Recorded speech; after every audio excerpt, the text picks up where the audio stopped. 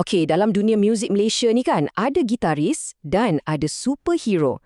Hari ni kita nak selami kisah seorang pemuzik yang perjalanannya penuh dengan disiplin, passion dan satu semangat nak belajar yang tak pernah padam. Dialah legenda Syam Kamikaze. Kenapa superhero? Sebab dia ni boleh main semua benda. Blues, jazz, rock, keroncong, sebut je. Kepelbagaian yang luar biasa macam ni lah yang buat orang panggil dia bukan setakat pemuzik, tapi superhero gitar.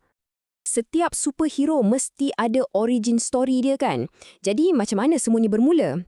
Untuk faham kehebatan Syam, kita kena patah balik ke zaman awal dia. Masa asas muzik dia dibentuk dan masa jiwa rock dia mula-mula menyala.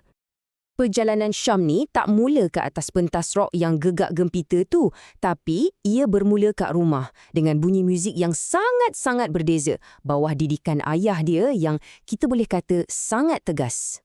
Memang patut pun sebab muzik tu dah ada dalam darah dia.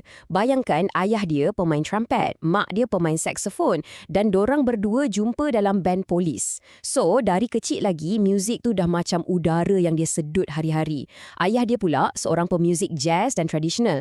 Memang pastikan asas muzik Syam ni betul-betul padu. Tapi kat sinilah wujudnya dua dunia yang sangat berbeza untuk Syam.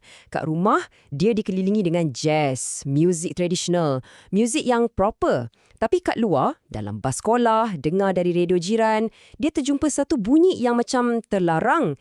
Rock kapak, band-band macam Dio dan UFO, satu tenaga yang liar yang betul-betul panggil jiwa dia.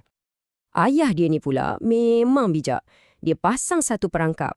Kalau Syam nak belajar satu lagu klasikal, syaratnya sebulan kena hadap latihan memetik dengan kod asas je. Tak ada lagu lain. Nampak macam seksa kan? Tapi sebenarnya perangkap ni lah yang tanamkan disiplin dalam diri dia, yang kemudiannya jadi tulang belakang karier dia.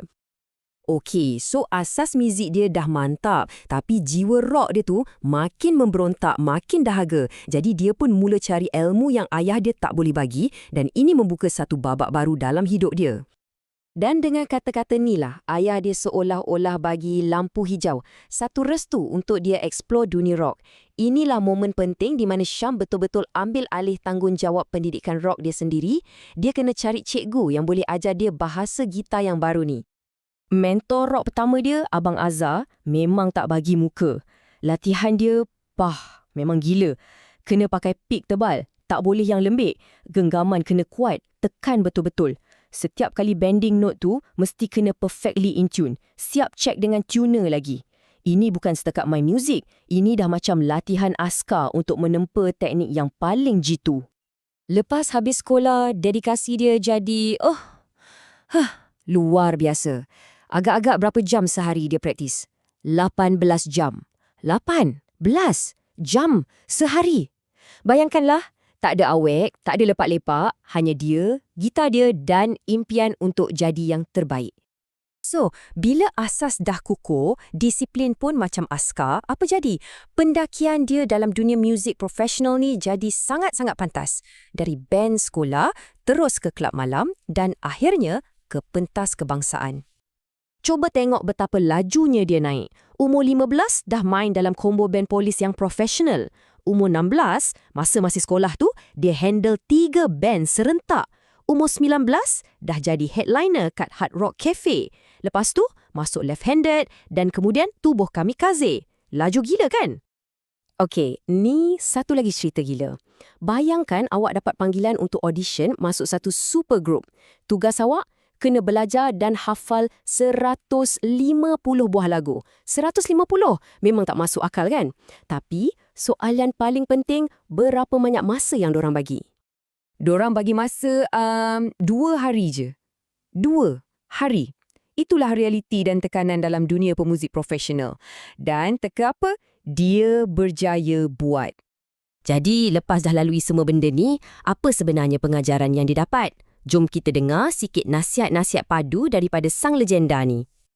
Pengalaman dia berpuluh-puluh tahun dalam industri ni. Kalau kita perah, dapatlah beberapa falsafah penting, terutamanya untuk pemuzik-pemuzik muda.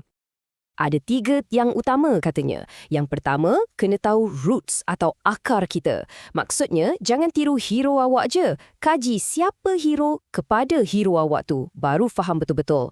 Kedua, kuasai ilmu harmoni. Faham chord tu lagi power dari hafal scale semata-mata. Dan yang paling-paling penting, sentiasa humble, sentiasa rendah diri. Ingat, kita ni working musician, pekerja muzik. Sesiapa pun boleh diganti. Bercakap pasal rendah diri, ini contoh terbaik.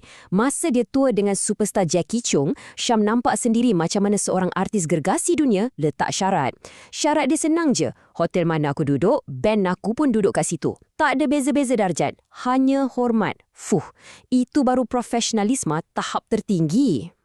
Jadi, nasihat paling utama dari Syam ni adalah tentang kenal akar kita. So, sekarang soalan ni saya pulangkan balik pada anda. Tak kisahlah apa pun yang anda buat. Apakah akar dalam perjalanan anda sendiri? Fikir-fikirkan.